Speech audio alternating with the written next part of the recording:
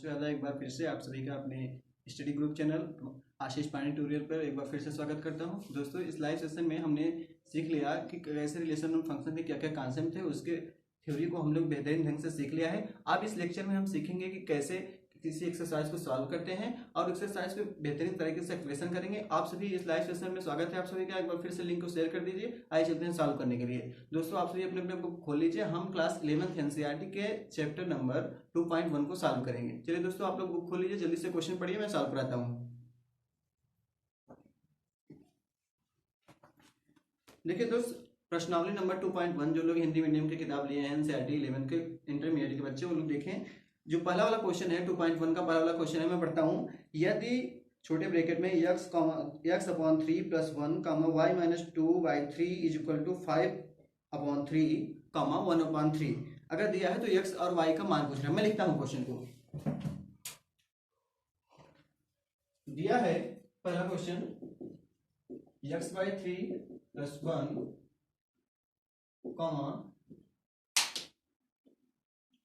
y - 2/3 = 5/3 1/3। तो x और y की मान बताना है आपको।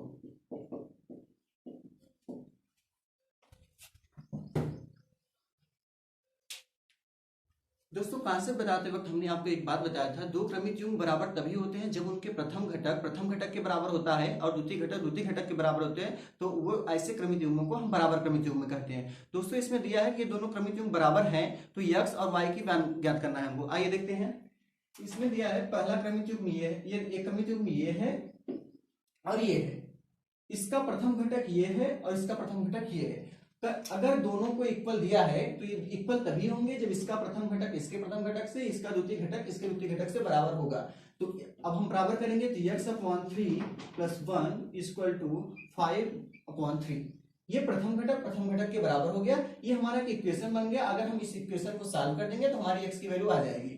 आइए सॉल्व करते हैं। x/3 = 5/3 - 1 या 3 1 जा 3, 5 में से 3 गया 2, 2/3। x/3 = 2/3। ये 3 3 कैंसिल हो गया और x की वैल्यू क्या आ गई 2। ऐसे ही जब द्वितीय घटक के बराबर करेंगे तो एक समीकरण और बन जाएगा। फिर उसको सॉल्व करेंगे तो हमारी y की वैल्यू आ जाएगी। आइए देखते हैं। y - 2/3 = 1/3। दोस्तों, इसमें देखो, इसको जब पक्षांतर करेंगे तो हमारी y की वैल्यू आएगी y = 1/3 + 2/3। ये इधर देखिए, ये 2/3 इधर माइनस था, इधर क्या हो गया प्लस हो गया। तो इसको सॉल्व करेंगे आ जाएगा हमारा y = 2 1 3/3 = 1। तो y = 1, ये आ गया हमारा आंसर। इस क्वेश्चन में पूछा था, दो क्रमिक युग्म दिए थे जिसमें हमको x और y की वैल्यू ज्ञात करनी थी। हमने प्रथम घटक को प्रथम घटक के बराबर, द्वितीय घटक को द्वितीय घटक के बराबर कर दिया, तो हमारा x की वैल्यू आ गई और y की वैल्यू आ गई। x की वैल्यू आई 2 और y की वैल्यू आई 1। इसको नोट कीजिए, हमारे क्वेश्चन बताते हैं।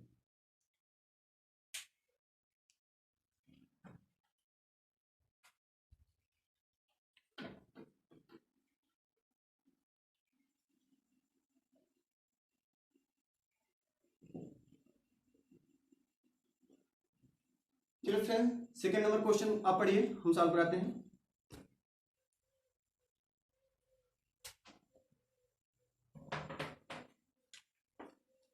इसमें दिया है, यदि समुच्चय A में 3 अवयव हैं तथा समुच्चय B में B = 3 4 5, तो A क्रॉस B की अवयव की संख्या ज्ञात कीजिए। देखिए दोस्त, बहुत ही सिंपल क्वेश्चन है। इसमें दिया है समुच्चय A सेट में 3 अवयव हैं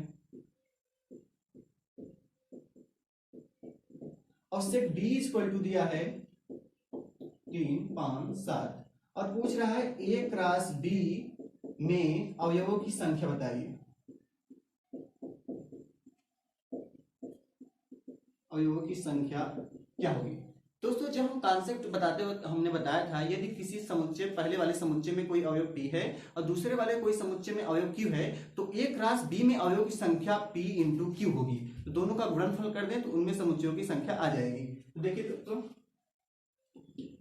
इसमें कितने अवयव हैं 3 अवयव।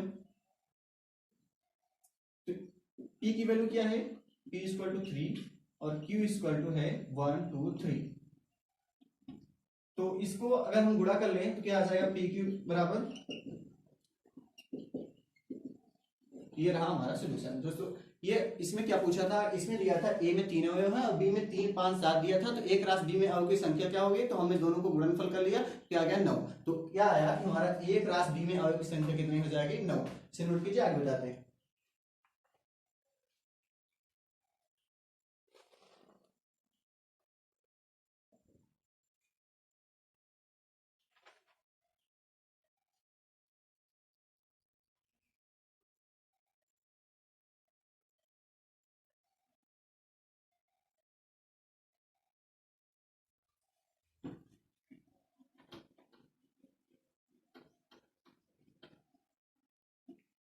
नेक्स्ट क्वेश्चन इसमें दिया है यदि g बराबर 7, 8 और h बराबर 5, 4, 2, तो g क्रॉस h और h क्रॉस g की वैल्यू ज्ञात करें। इसमें दो समुच्चय दिया है, एक समुच्चय g दिया है, एक समुच्चय h दिया है। समुच्चय g में अवयव की संख्या कितना दिया है, समुच्चय g में दिया है 7, 8 और h में दिया है 5, 4, 2। तो पूछा है g क्रॉस h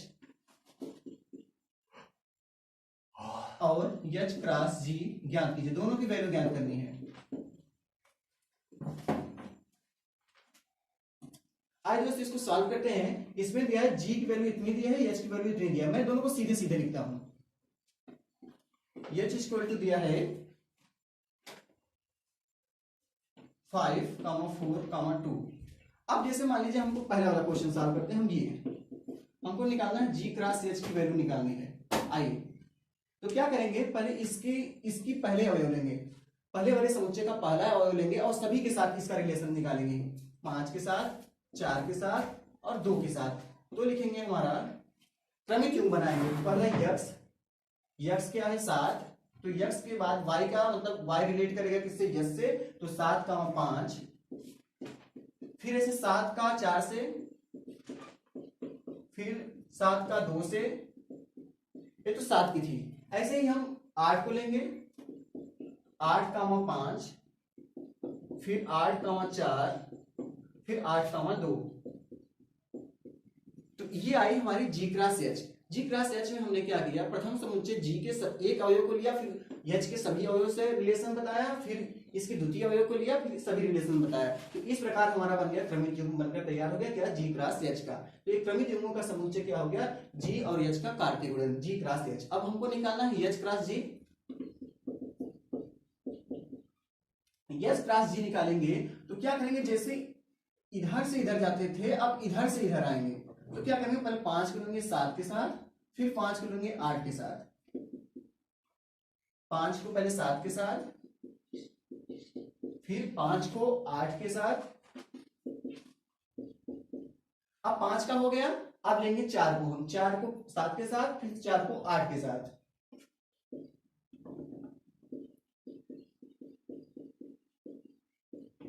फिर ऐसे ही 2 को लेंगे, 2 को 7 के साथ, फिर 2 को 8 के साथ। ये हमारा बनकर तैयार हो गया। क्वेश्चन में पूछा था, दो समुच्चय दिया था g और h। g की वैल्यू दी थी 7, 8 और h में दिया था 5, 4, 2। तो इसमें g क्रॉस h और h क्रॉस g पूछा था, हमने बताया g क्रॉस h और h cross g। g cross h को निकालने के लिए इसके एक अवयव को लिया, इसके सभी अवयव के साथ, फिर दूसरे को लिया, फिर सभी अवयव के साथ, तो हमारा g क्रॉस h बनकर तैयार हो गया। और दूसरे वाले में h क्रॉस g के लिए तो हमने पहले h का अवयव लिया, उसके बाद g किससे सभी को बनाया, फिर दूसरा लिया, फिर सभी को, फिर तीसरा लिया, फिर सभी को बनाया। इस प्रकार हमारा h क्रॉस g बनकर तैयार हो गया। अब आइए हम देखते हैं क्वेश्चन नंबर 3। अब इसको नोट कीजिए।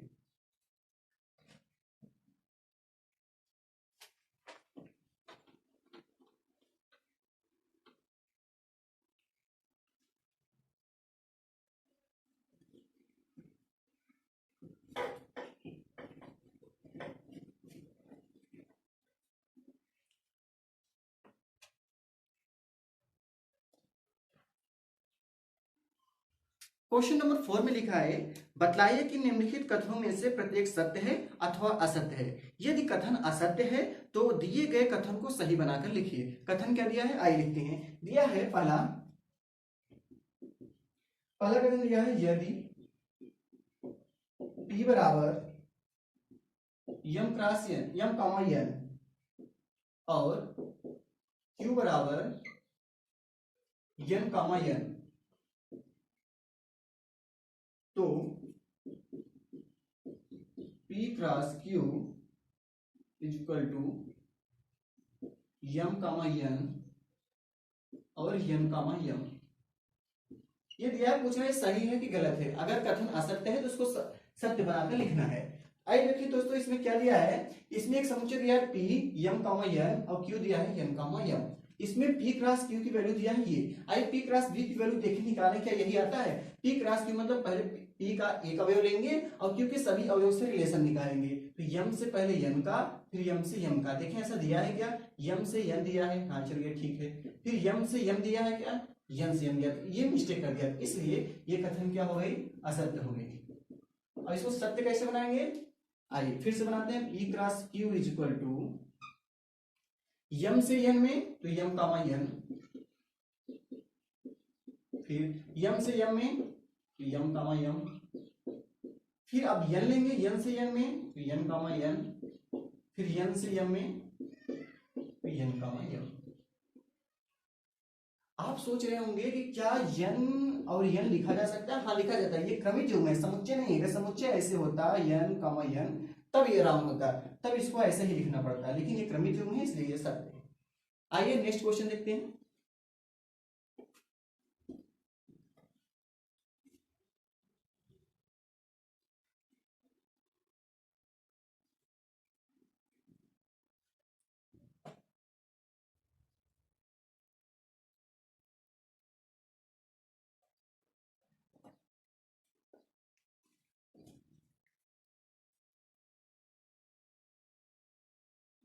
इसमें दिया है यदि a बराबर 1,2 और b बराबर 3,4 तो a cross b intersection 5 equal to 5। इसमें दिया है, ये बताना है कथन सत्य है या असत्य है। इस क्वेश्चन में a इक्वल टू दिया 1,2 और b इक्वल टू दिया 3,4। तो कह रहा है a cross b intersection 5 equal to 5 आएगा क्या?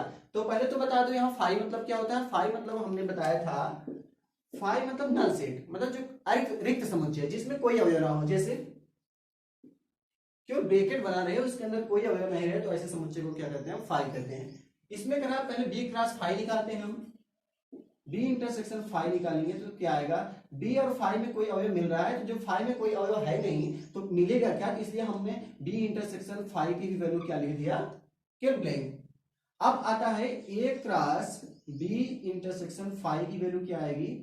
देखिए दोस्तों, a में तो अवयव हैं 1 2, लेकिन जो ये वाला समुच्चय हमारा नया बना ये तो रिक्त समुच्चय है ना, तो इसलिए इसका क्रमिक युग्म अर्थात कार्तीय गुणनफल भी क्या हो जाएगा? रिक्त समुच्चय ही हो जाएगा। और इस रिक्त समुच्चय को किससे प्रदर्शित करते हैं? 5 से। अर्थात हमारे लेफ्ट हैंड साइड और राइट हैंड साइड की वैल्यू क्या है? इसलिए हम कहेंगे a cross b intersection 5 equal to 5 आएगा। ये बात क्या है? सत्य है। आइए देखते हैं next question.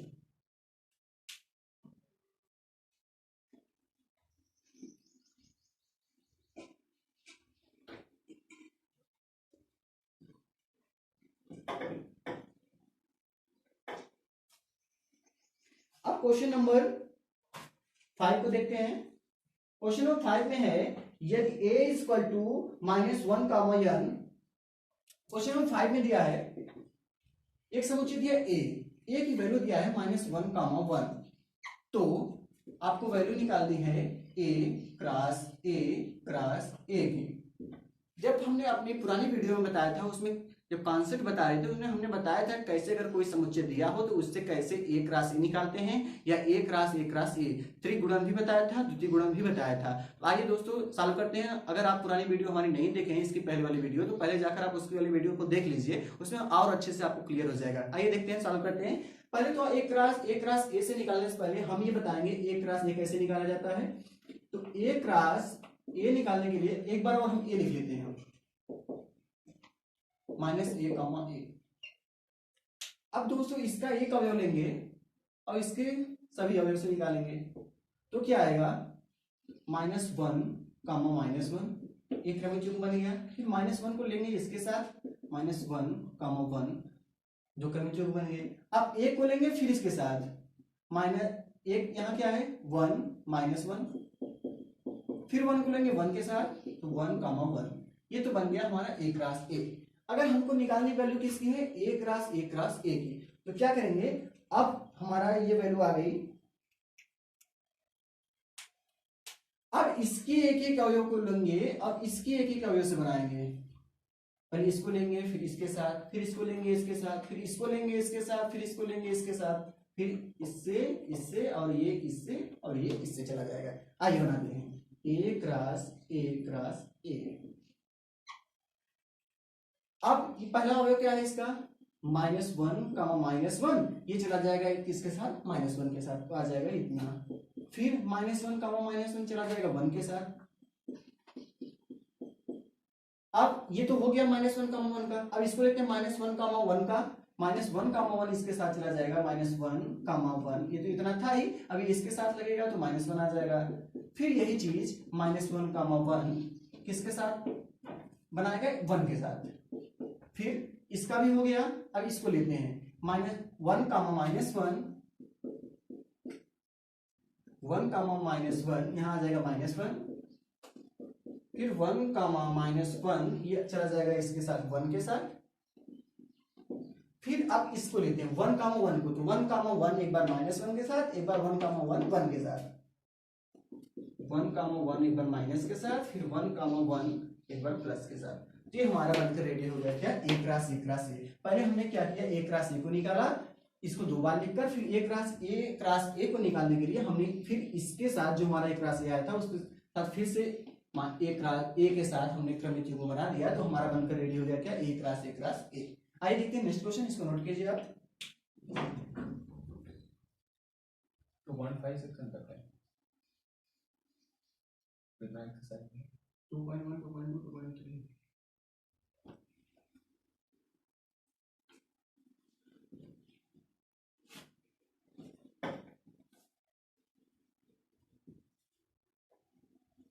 Question number 6, question number 6 में दिया है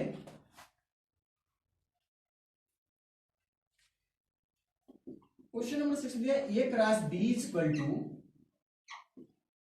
क्रमित युग्म दिया है a, x, फिर दिया है a, y,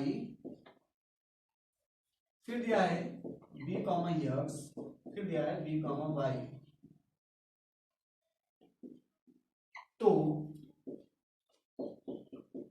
a और b ज्ञात करना है, ये ज्ञात करना है क्या है और b ज्ञात करना है क्या है। दोस्तों कार्तीय गुणन के समय हमने बताया था जब कोई क्रमित युग्म बनते हैं तो उसमें क्रमित युग्म का प्रथम घटक अर्थात यक्ष की वैल्यू वो प्रथम समुच्चय से आता है, और क्रमित युग्म का द्वितीय घटक अर्थात y की वैल्यू जो है वो द्वितीय समुच्चय से आता है। तो प्रथम घटक जितने होंगे हम उसको बना लेंगे प्रथम समुच्चय, और जो द्वितीय घटक होंगे उसको बना लेंगे द्वितीय समुच्चय। तो देखिए इसमें a ये प्रथम घटक है, फिर यहाँ a है, फिर यहाँ b है, b यहाँ है। तो प्रथम घटक का समुच्चय हम बनाएंगे तो आएगी a की वैल्यू, क्या बनाए a, फिर क्या है a, ये क्या है b, ये क्या है b। लेकिन एक अवयव अगर कई बार आया है तो हम उसको कई बार नहीं लिखते हैं, सिर्फ एक एक बार लिखते हैं, तो अर्थात एक बार a और एक बार b। तो हमारा ये बनकर ऐसे हो जाएगा, a का b क्या हो गया हमारा प्रथम समुच्चय। ऐसे b देखें तो b निकालने के लिए हम क्या करेंगे, जो क्रमित युग्म के द्वितीय घटक है उनकी वैल्यू ले लेंगे तो हमारा b की वैल्यू आ जाएगी। तो x है और क्या है y है और क्या है फिर x फिर y। तो 2 बार x और 2 बार y है, तो 2 बार लेने की आवश्यकता नहीं है, हम एक एक बार लेंगे, तो एक बार x और एक बार y। ये हमारा समुच्चय बन गया a और ये समुच्चय बन गया p। ये सिंपल सा क्वेश्चन था, ये सॉल्व कीजिए इसको, फिर हम देखते हैं नेक्स्ट क्वेश्चन, नोट कीजिए इसको। इसके बाद हमारा है क्वेश्चन नंबर 7।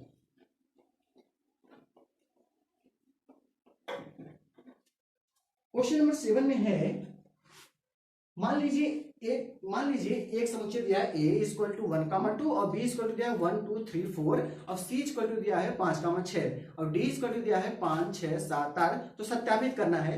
देखिए समुच्चय a दिया है, क्वेश्चन नंबर 7 a दिया है 1, 2 और b दिया है 1, 2, 3, 4 और c दिया है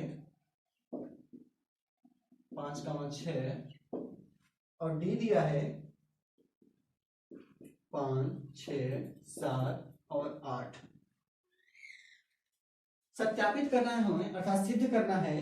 पहला चीज क्या सिद्ध करना है, A cross B intersection C is equal to A cross B intersection A cross C. क्या ये चीजें आती हैं? अगर ये आ रही है तो सिद्ध हो जाएगा। दूसरी चीज हमको क्या सिद्ध करना है कि A cross C B cross D का उप समुच्चय है।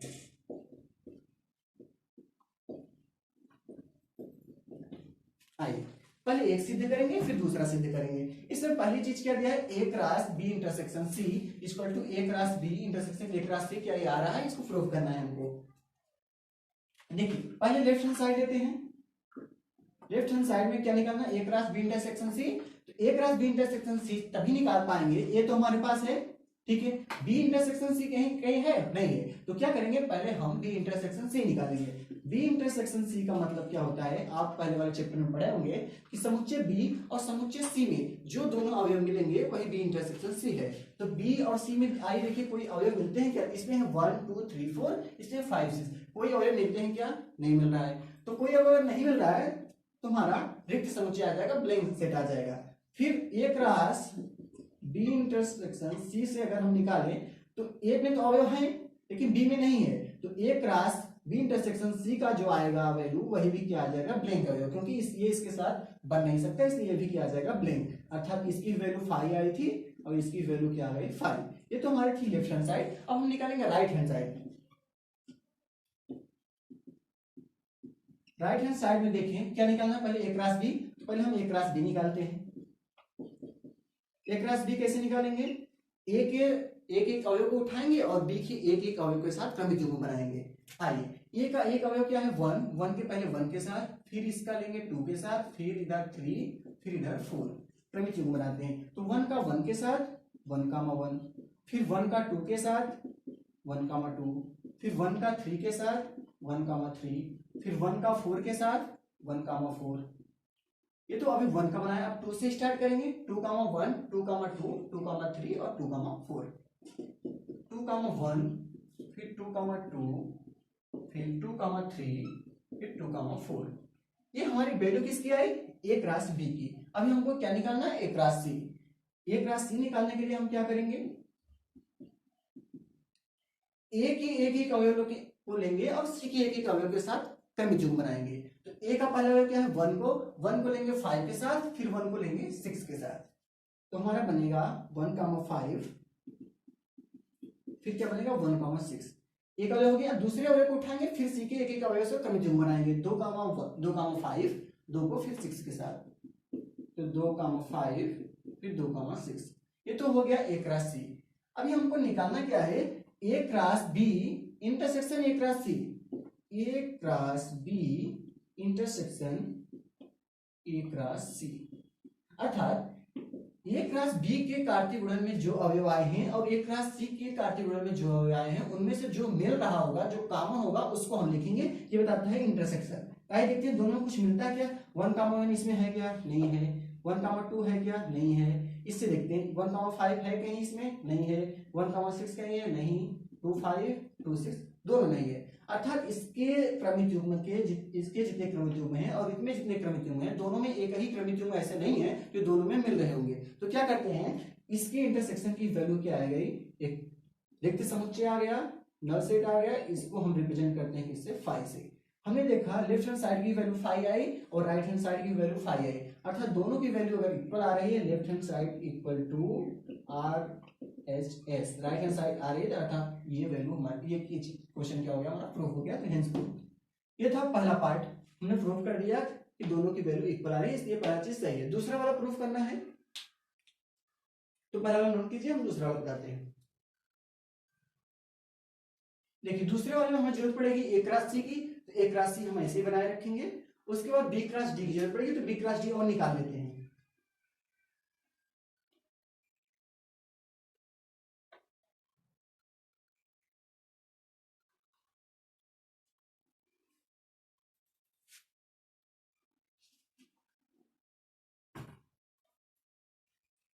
दूसरे क्वेश्चन में हमको निकालना है पार्ट 2 में ए क्रॉस सी तो हमारा निकला है, बी क्रॉस डी निकालना है। सिद्ध क्या करना है इसमें कि ए क्रॉस सी सिद्ध करो, प्रूफ करो कि A cross C B cross D का उपसमुच्चय है। बी क्रॉस डी का उपसमुच्चय क्या है कि बी क्रॉस डी में जितने क्रमिक युग्म आएंगे उस क्रमिक युग्मों में ए क्रॉस सी के क्रमिक युग्म भी शामिल हैं। अगर शामिल है तो उसका उपसमुच्चय है, अगर शामिल नहीं है तो उपसमुच्चय नहीं है। ये हमको प्रूफ करना है। तो दिखाना है कि बी क्रॉस डी में क्या ए क्रॉस सी के उपसमुच्चय शामिल हैं।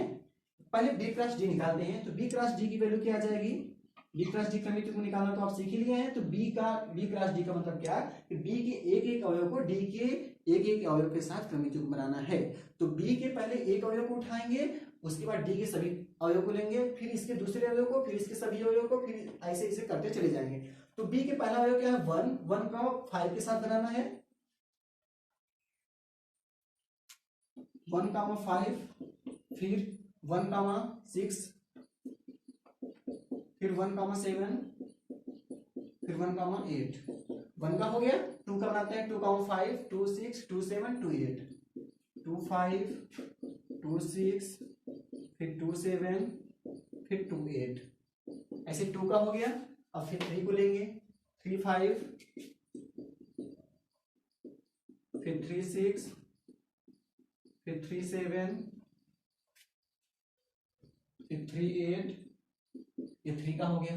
फिर ऐसे 4 को लेंगे, 4, 5, 4, 6, 4, 7 और 4, 8। ठीक है। उसके बाद ये 1 का हो गया, 2 का हो गया, 3 का हो गया, 4 का हो गया। ये हमारा बनकर रेडी हो गया किसका, बी क्रॉस डी। अब देखना है क्या ए क्रॉस सी के जो क्रमिक युग्म है वो बी क्रॉस डी में है क्या, आइए खोजते हैं। ए क्रॉस 5 है, ए क्रॉस 5 इसमें है, इसमें है, हाँ है। 1,6 इसमें है कहीं, है। 2, 5 ये भी मिल गया, 2, 5 खोजो, 2, 5 इसमें है। 2, 6 इसमें है। तो ए क्रॉस सी के सभी क्रमिक युग्म बी क्रॉस डी में भी उपस्थित हैं, इसलिए हम कह सकते हैं कि ए क्रॉस सी जो है वो बी क्रॉस डी का उपसमुच्चय है। ये बात प्रूफ हो गई कि A cross C B cross D का उपसमुच्चय है, ये भी प्रूफ हो गया। तो ये क्वेश्चन नंबर 7 हमारा कंप्लीट हो गया। आइए देखते हैं क्वेश्चन नंबर 8, इसको नोट कीजिए।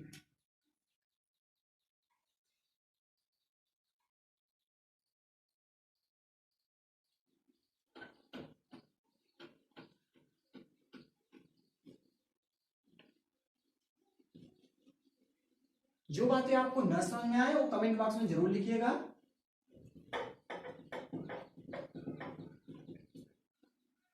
आइए देखते हैं क्वेश्चन नंबर 8। क्वेश्चन नंबर 7 हो गया है, क्वेश्चन नंबर 8। क्वेश्चन नंबर 8 में दिया है, मान लीजिए कि a = 1,2 इसमें दिया है। क्वेश्चन नंबर 8 में दिया है a = दिया है 1,2 और b = दिया है 3,4। तो a क्रॉस b लिखिए और a क्रॉस b के कितने उपसमुच्चय होंगे ये भी बताना है। आइए a क्रॉस b निकालते हैं। a क्रॉस b आप निकाल लेंगे, बहुत ही सिंपल तरीका है। क्या कि a के पहले एक अवयव को लेंगे, b के सभी अवयव के साथ। आइए बनाते हैं a क्रॉस b =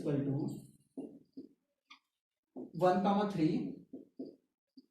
1 का लेंगे 3 के साथ क्रमिक युग्म, फिर 1 को लेंगे 4 के साथ क्रमिक युग्म,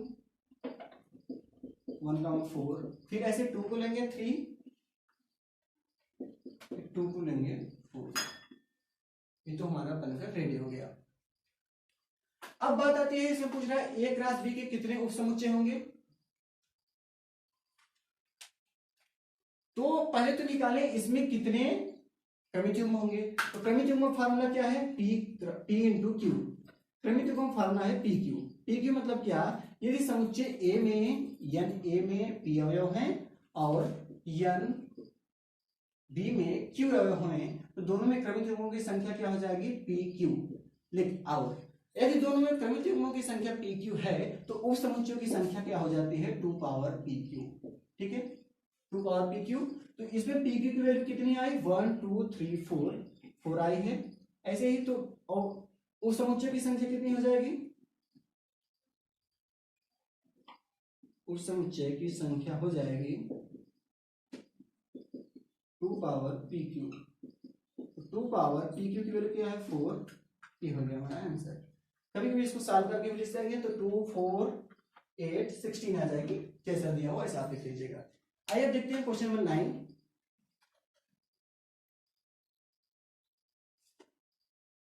इसको नोट कीजिए आप, क्वेश्चन नंबर 9।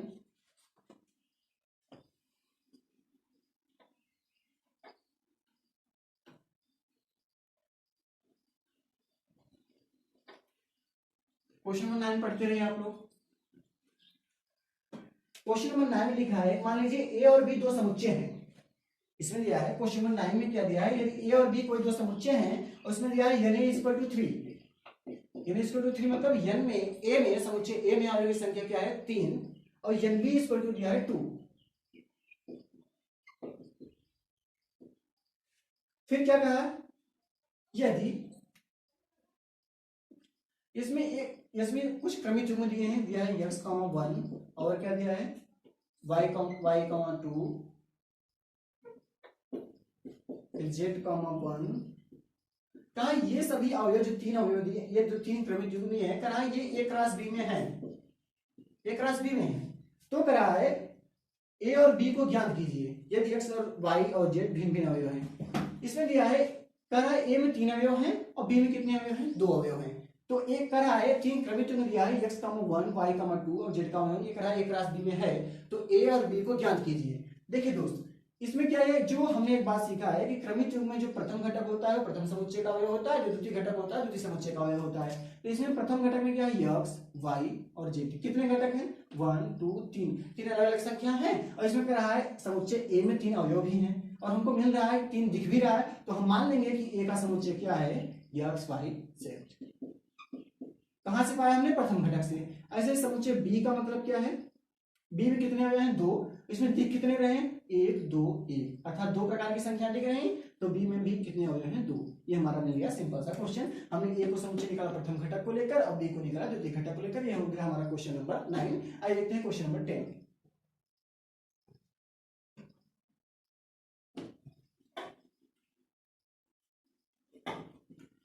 क्वेश्चन नंबर 10 पढ़ते रहिए।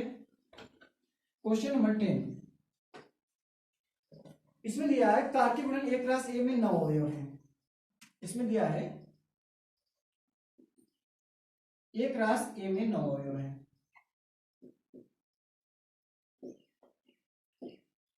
में 9 अवयव हैं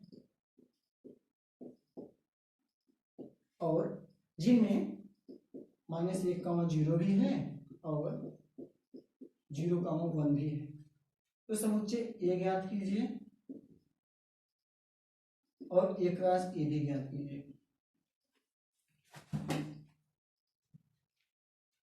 इसमें लिखा है एक रास ए, मतलब जो इसमें x की वैल्यू होगी वो भी a से बिलोंग करेगी और जो y की वैल्यू होगी वो भी a से बिलोंग करेगी। तो इसमें कितने प्रकार की हमको संख्या दिख रही हैं, एक तो दिख रही -1, एक दिख रही 0 और एक दिख रही 1। अर्थात एक बात तो पक्का है कि a में 3 प्रकार की संख्याएं तो होंगी ही होंगी। क्या कौन सी, -1, 0 और 1।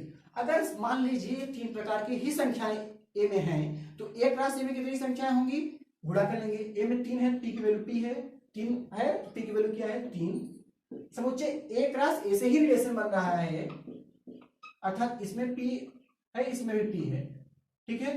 तो इसका गुणा क्या बनेगा, p गुणे p। तो इधर 3 है, 3 गुणे 3 क्या हो जाएगा 9।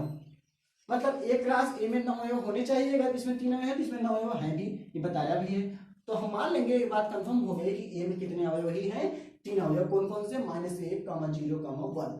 जब हमको ए की वैल्यू हमको पता चल ही गई है, ए की वैल्यू क्या आ गई -1, 0, 1, तो एक रास ए की भी निकाल लेंगे। कैसे, एक बार ए को लेंगे, ए को ए के साथ निकालेंगे, 1 को लेंगे 1 के साथ, फिर ऐसे फिर एक को उठाएंगे तीनों के साथ क्रम जो बनाएंगे तो हमारा एक रास ए की वैल्यू ही आ जाएगी। आइए निकालते हैं। तो -1 को लेंगे पहले -1 के साथ, तो -1, फिर -1 को लेंगे 0 के साथ, तो -1, 0, फिर -1 को लेंगे 1 के साथ, -1, 1। ऐसे 0 को जब लेंगे 0 को -1 के साथ, फिर 0 को लेंगे 0 के साथ, फिर 0 को लेंगे 1 के साथ। ऐसे ही 1 को उठाएंगे, 1 को -1, 1 को फिर 0, 1 को 1, 1, -1, फिर 1, 0, फिर 1, ठीक है 1, 1। ये बन गया हमारा एक राशि। ये दो चीजें बतानी थी, ए की वैल्यू और एक राशि की वैल्यू हमने निकाला। अब देखिए ये थी हमारी क्वेश्चन एक्सरसाइज 2.1। तो दोस्तों एक्सरसाइज 2.1 हमारा हो गया है रेडी। अब आपने देखा, जो भी क्वेश्चन इसमें से न समझ में आया हो आप कमेंट बॉक्स में जरूर लिखिएगा, फिर अब आके हम बताएंगे क्वेश्चन नंबर 2.2 दिखते रहेगा। Thank you.